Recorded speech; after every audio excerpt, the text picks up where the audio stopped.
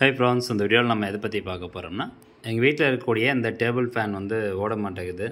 So இதில் பார்த்தீங்கன்னா condenser, அதாவது கெப்பாசிட்டர் அப்படின்னு ஒன்று இருக்கும். So starting winding, running winding அப்படின்னு இருக்கும். ஸோ இந்த கண்டென்சர் வந்து இதில் ஃபெயிலியர் ஆயிடுச்சு. கண்டென்சர் போனதுனால இந்த டேபிள் ஃபேன் வந்து ஓடலை. ஸோ ஒரு டேபிள் ஃபேனில் எப்படி கண்டென்சர் வந்து ரீப்ளேஸ் பண்ணுறது அப்படிங்கிற இன்ஃபர்மேஷன் தான் இந்த வீடியோவில் நம்ம பார்க்க போகிறோம். ஸோ ஸ்டெப் பை ஸ்டெப்பாக நான் உங்களுக்கு எக்ஸ்பிளைன் பண்ணிடுறேன். இந்த டேபிள் ஃபேனோட மேக் வந்து பார்த்திங்கன்னா கிராம்ப்டன் கிரீவ்ஸு. ஸோ அதனுடைய மாடலும் உங்களுக்கு நான் காமிக்கிறேன். இந்த கிராம்ப்டன் கிரீவ்ஸ்க்கு என்ன கெப்பாசிட்டர் போடணும் அப்படிங்கிறதையும் நான் சொல்லிடுறேன்.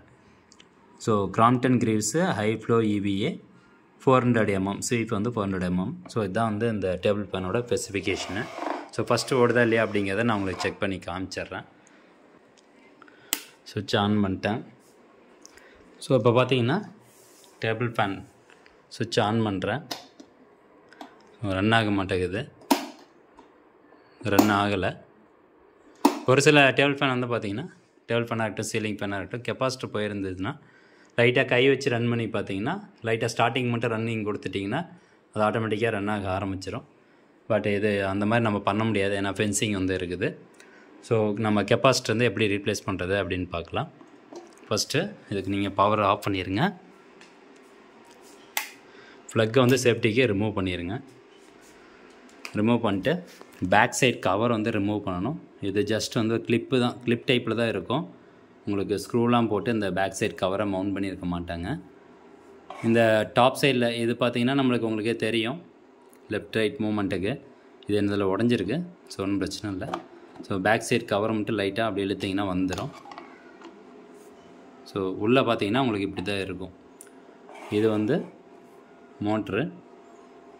அப்புறம் இது பார்த்திங்கன்னா உங்களுக்கு கண்டென்சரு. ஸோ கெப்பாசிட்டர் அப்படின்னு சொல்லுவோம். இந்த கிராம்ப்டன் கிரீவ்ஸ் மாடலுக்கு கண்டென்சரினுடைய ரேட்டிங் பாருங்கள், 1.5 மைக்ரோஃபேரட்டு, 440 வோல்ட் AC. இந்த கண்டென்சரில் 2 வயர் வரும், ரெட்டு பிளாக்கு. ஸோ கண்டென்சர் பொறுத்த வரைக்கும் நம்ம எப்படினா கனெக்ட் பண்ணலாம், அது ஒன்றும் பிரச்சனை கிடையாது. இங்கே உள்ளே இருந்து ஸ்டார்டிங் வைண்டிங்க்கான 2 கேபிள் வந்து வந்திருக்கும். ஸோ இதில் தான் நம்ம இந்த இன்சுலேஷன் டேப்பை பிரிச்சுட்டு புதுசாக வாங்கின கெப்பாசிட்டர் வந்து நம்ம கனெக்ட் பண்ணணும். உங்களுக்கு கெப்பாசிட்டர் போயிருக்கா இல்லையா அப்படிங்கிறத இப்போது நீங்கள் சுவிட்ச் ஆன் பண்ணதுக்கப்புறமா இந்த மோட்டர் வந்து தொட்டு பார்த்தீங்கன்னா, அதாவது கவர் கழட்டி மோட்டரை தொட்டு பார்த்தீங்கன்னா மோட்டர் வந்து ஹீட்டாக இருக்கும். ஸோ நல்லா ஹீட் ஆகிரும். அப்படி இருக்கப்போ ஒரு 99% வந்து கண்டென்சர் தான் வந்து போயிருக்கும். ஸோ நீங்கள் கண்டென்சர் ரீப்ளேஸ் பண்ணிங்கன்னாவே போதும், உங்களுடைய ஃபேன் ரன் ஆக ஆரம்பிச்சிடும். ஸோ இந்த கண்டென்சர்னுடைய ப்ரைஸ் எவ்வளோன்னு நான் சொல்லிடுறேன். ஸோ புதுசாக வாங்கின கண்டென்சர். ஸோ இதுதான் புதுசாக வாங்கினது. சேம் அதே ரேட்டிங்கில் தான் வாங்கியிருக்கேன். 1.5 இதில் என்ன ரேட்டிங் இருக்கோ அது போட்டது பெஸ்ட்டு. அதிகமாக போட்டிங்க அப்படின்னா வைண்டிங் போகிறதுக்கான வாய்ப்புகள் அதிகமாக இருக்கும். 1.85 வரைக்கும் போடலாம், ஒன்றும் பிரச்சனை கிடையாது. பட் இதில் என்ன ரேட்டிங் இருக்கோ அதில் அதே ரேட்டிங் போடுறது பெஸ்ட்டாக இருக்கும்.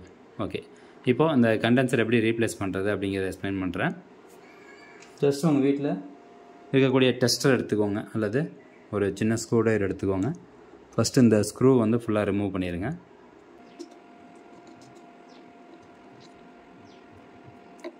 அடுத்ததாக இன்சுலேஷன் டேப் அடிச்சிருப்பாங்க, அந்த டேப்பையும் ஃபுல்லாக ரிமூவ் பண்ணி விட்ருங்க. 2 வயர்லேயுமே ரிமூவ் பண்ணிடுங்க.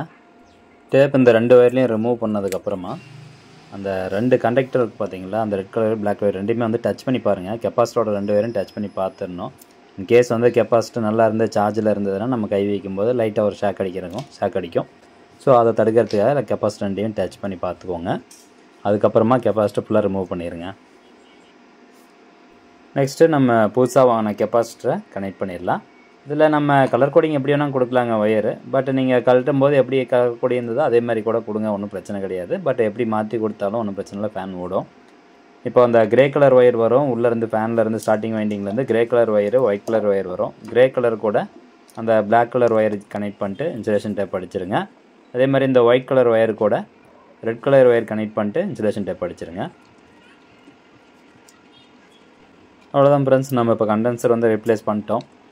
அந்த ஸ்க்ரூ ஒன்று இருக்கும், கண்டென்சர் மவுண்ட் பண்ணுற அந்த ஸ்க்ரூ கரெக்டாக அந்த ஹோல்ஸ்க்கு நேராக வச்சு ஃபுல்லாக டைட் பண்ணிடுங்க. டைட் பண்ணிட்டு பேக் கவரையும் கரெக்டாக அந்த கிளிப்பெல்லாம் மாட்டி விட்ருங்க. ஓகே, இப்போ நம்ம ப்ளக்கை சொருகிட்டு சுவிட்ச் ஆன் பண்ணிவிட்டு ஃபேன் ரன்னிங் கண்டிஷன் செக் பண்ணி பார்க்கலாம். ஓகே, இப்போ சப்ளை ஆன் பண்ணியாச்சு. கீழே இப்போ ஃபேன் ஆன் பண்ணி காமிக்கிறேன். ஓகே ஃப்ரெண்ட்ஸ், இப்போ பார்த்தீங்கன்னா ஃபேன் ஒன்றும் பிரச்சனை இல்லை, நல்லாவே ரன் ஆகுது. ஸோ இந்த மாதிரி தான் கண்டென்சர் வந்து ரீப்ளேஸ் பண்ணணும். இந்த இன்ஃபர்மேஷன் உங்களுக்கு யூஸ்ஃபுல்லாக இருந்தது அப்படின்னா இந்த வீடியோ முடிஞ்சவங்க நிறைய பேர் ஷேர் பண்ணுங்கள். மீண்டும் அடுத்த ஒரு நல்ல பதிவில் சந்திக்கலாம். நன்றி, வணக்கம்.